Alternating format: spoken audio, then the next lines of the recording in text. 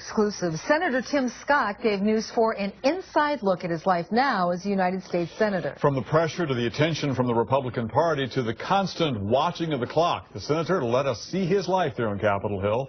Here now is News 4's Nigel Robertson. Almost every major network in the world keeps tabs on what the President of the United States is doing at all times. But what about our senators from South Carolina? We brought our cameras here to see if they're getting the job done. Our day started early. There are a lot of challenges in everyday life. There's a lot going on up here. In fact, we were only in Senator Lindsey Graham's office for a few minutes. Good to see you. How you doing?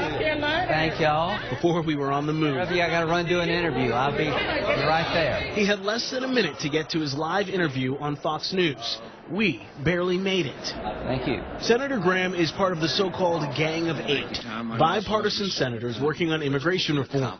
He will need Republican votes to make it pass. But when I asked if he has approached Senator Scott to try to get his vote, this was his answer. And he's smart, he's enthusiastic, and I think he's taking a measured approach to his job. He's listening a lot. Senator Scott's answer was even more surprising. Yeah, so far, so good. Yeah, we'll work on issues that often together. We spend a lot of time on my committees. My committee assignments are pretty heavy.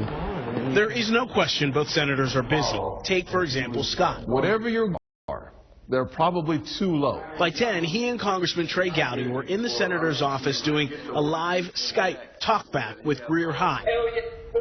Hey, Elliot. Then it was a meeting with the Alzheimer's Association. Hello to everybody. Where they were served what else? Real sweet tea, the way that my grandmama made it back in the old days. And, of course, South Carolina boiled peanuts. You have to love what you do because you're going to do it 7 days a week, and it's almost 24 hours a day. After that, it was a staff policy briefing on 6 different issues. Hours of service. Hours of service, yeah. And bills pending in the Senate. They're also taking pretty significant cuts. Very different from his days as a congressman for the 1st District. And I haven't realized that the state's 7 times bigger for me now because I have 1/7 of the state. And so I haven't adjusted myself. So I want to be everywhere at the same time. And so logistically, I'm a nightmare for these guys. I wish I wasn't, but I am. Are we voting yet? Not yet? Oh, yeah, and did I mention? We have 12 minutes before the vote is closed. So what we're going to do right now is try to maximize this time that we have on our hands. While the senator was meeting with even more constituents, Tim Scott said, God bless you. The clock was counting down for a noon vote on the Hill. Now, I tell you what, this is actually a slow day compared to last week. Finally, after a picture, the senator only had minutes to spare. In fact, he tells me as we run across the street. Fortunately, we have about 26 seconds before the light turns green. To get to those Senate votes. We cut it close because we want to get more done in the office. This happens all the time. And when you get used to it, you figure out the rhythm. Now, let's not forget how Senator Tim Scott got here. Remember, he was a congressman for the 1st District of South Carolina. When Senator Jim DeMint stepped down, it was up to Governor Nikki Haley to replace him. And that she did.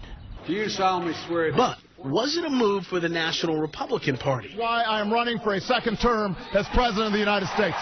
After Barack Obama won a 2nd term, the GOP says it will attract more minorities, more younger people, and more people willing to run for office. Nice to meet you. Like Governor Haley. How are you doing? You doing well? Senator Tim Scott fits that bill.